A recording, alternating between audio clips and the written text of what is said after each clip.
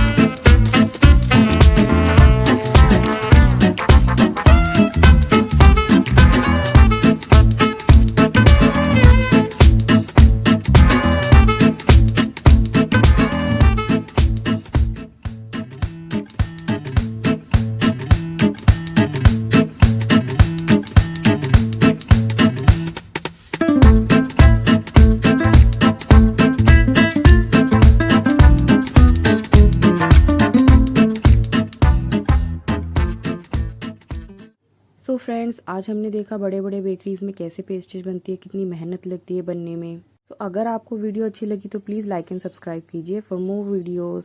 Thank you and bye, मिलते हैं next video में।